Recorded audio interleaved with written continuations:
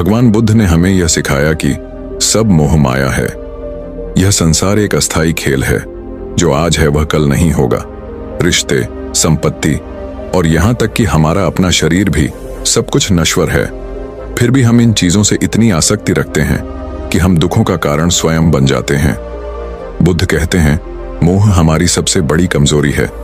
जब हम किसी चीज को अपना मान लेते हैं तो उसके खोने का डर हमारे मन में घर कर लेता है और यही डर हमें दुख देता है। बुद्ध ने कहा था, अपना दीपक स्वयं बनो, सत्य और धर्म की राह पर चलो। तो आइए इस मोह माया के जाल को समझें और एक ऐसा जीवन जिएं जो सच्ची शांति और खुशी से भरा हो। याद रखें, मोह में बंधकर जीने वाला व्यक्ति हमेशा दुखी रहता है, लेकिन जो मोह से मुक्त हो जाता है वह संसार के सारे बंधनों से परे जाकर सच्चे आनंद को अनुभव करता है। आपका जीवन, आपके कर्म, यही आपकी पहचान है। जब हम कहते हैं कि यहाँ अपना कोई नहीं होता, इसका अर्थ यह नहीं है कि हमें अपने रिश्तों से दूर हो जाना चाहिए, बल्कि इसका मतलब है कि हमें यह समझना चाहिए कि हर रिश्ता, हर जुड़ाव और हर संबंध एक उद्देश्य से हमारे जीवन में आता है। लेकिन जैसे सूरज डूबता है और अंधेरा छा जाता है, वैसे ही ये भी समय के साथ बदल जाते हैं। भगवान बुद्ध के समय की एक कहानी है। एक महिला जिसका नाम किसा गौतमी था, अपने मरे हुए बच्चे के लिए बहुत दुखी थी। वह बुद्ध के पास गई और उनसे अपने बच्चे को पुनः जीवित करने की विनती की। बुद्ध ने कहा, जाओ और एक ऐसा घर खोजो जहां किसी की मृत्यु न हो और मुझे वहां से सरसों का दाना ला कर दो। किसा गौतमी हर घर गई, लेकिन हर जगह उसे यही पता चला कि मृत्यु ने सभी के जीवन को छुआ है। तब उसे समझ में आया कि जीवन और मृत्यु संसार का अभिन्न हिस्सा है। उसने मोह त्याग दिया और शांति को अपनाया। जीवन को मोह माया के भ्रम से मत देखिए। हर दिन को एक उपहार की तरह स्वीकार करें। अपने कर्म ऐसे करें जो आपके और दूसरों के जीवन में सकारात्मकता लाएं। भगवान बुद्ध ने यह भी कहा है कि मनुष्य जन्म सबसे अनमोल है। यह जीवन हमें इसलिए मिला है कि हम सत्य को समझें, खुद को जानें और दूसरों की भलाई के लिए कुछ करें। लेकिन क्या हम ऐसा कर रहे हैं? आइए इसे कहानी के माध्यम से समझते हैं। बहुत समय पहले की बात है। एक समृद्ध राज्य में एक राजा राज करता था। उसका नाम राजा सुरेश था। राजा के पास सब कुछ था, अपार धन, सुंदर महल, एक खुशहाल परिवार और अनगिनत सेवक। लेकिन फिर भी वह अपने जीवन में शांति और संतोष महसूस नहीं करता था।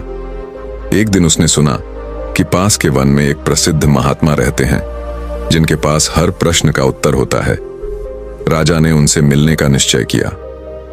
राजा ने अपने सबसे कीमती वस्त्र पहने हाथी पर सवार हुआ और महात्मा के पास पहुंचा। महात्मा एक साधारण पेड़ के नीचे ध्यान में बैठे थे। राजा ने उन्हें प्रणाम किया और कहा, हे महात्मा, मेरे पास सब कुछ है, लेकिन फिर भी मैं दुखी हूं। कृपया मुझे शांति का मार्ग दिखाइए।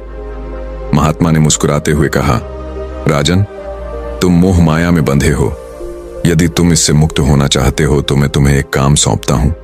महात्मा ने राजा को एक खाली कटोरा दिया और कहा, इस कटोरे को भरकर मेरे पास लाओ, लेकिन ध्यान रहे इसमें ऐसी चीज डालो जो कभी नष्ट ना हो, जो स्थायी हो। राजा ने इसे आसान समझा और अपने महल लौट आया। राजा ने सोचा कि सबसे पहले वह कटोरे को सोने और चांदी से भर देगा। उसने अपने खजाने से कीमती आभूषण निकाले और कटोरे में डाला, लेकिन जैसे ही उसने कटोरा भरा वह खाली हो गया। फिर उसने अनाज, फूल और अनमोल पत्थर डालने की कोशिश की, लेकिन हर बार कटोरा खाली हो जाता। राजा ने अपने रिश्तेदारों से भी मदद मांगी। उन्होंने कहा, हम तुम्हें जितना भी दे सकते हैं देंगे, लेकिन यह कटोरा कभी नहीं भरेगा। राजा हताश हो गया। फिर महात्मा के पास लौट आया और कहा, हे महात्मा, मैं कटोरे को भरने में असफल रहा। संसार की कोई भी चीज इसे नहीं भर सकी। कृपया मुझे इसका अर्थ समझाइए। महात्मा ने मुस्कुराते हुए कहा, राजन, यह कटोरा तुम्हारे मन का प्रतीक है। यह मोह और इच्छाओं से भरा हुआ है। जब तक तुम अपने मन में मोह रखते हो, तुम्हें कोई चीज संतोष नहीं दे सकती। महात्मा ने आगे कहा, संसार की हर वस्तु अस्थायी है। जो आज तुम्हारा है वह कल किसी और का होगा। यदि तुम सच्ची शांति पाना चाहते हो तो मोह माया को त्यागो और सच्चाई की खोज करो। कुछ समय बाद राजा में परिवर्तन हुआ। राजा को सच्चाई का बोध हुआ। उसने अपनी आसक्ति और लालच को त्याग दिया। अब वह अपने राज्य को सेवा और दया से चलाने लगा। उसने महसूस किया कि सच्चा सुख दूसरों की मदद करने और मोह से मुक्त होने में है। इस कहानी से हमें यह शिक्षा मिलती है कि संसार की कोई भी चीज स्थायी नहीं है। सच्ची शांति और आनंद तभी मिलता है जब हम अपने भीतर की सच्चाई को पहचानते हैं और मोह के बंधनों से मुक्त हो जाते हैं।